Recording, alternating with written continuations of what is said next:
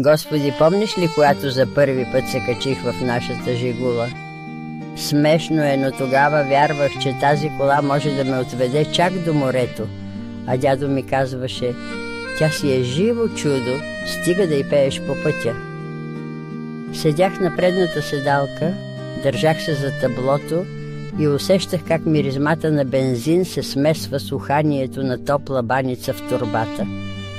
Пътувахме бавно, но сърцето ми препускаше. Всяка дупка по пътя беше като приключение, а всеки внезапен шум – молитва да стигнем. Днес тази кола не я виждам, ръждясала е някъде, но споменът за онези лета и смеха ни с дядо още скърца в душата ми, като вратата на Жигулата. Благодаря ти, Боже, че ми даде такива дни, да пазя любов и радост дори в стария железен спомен. Амин.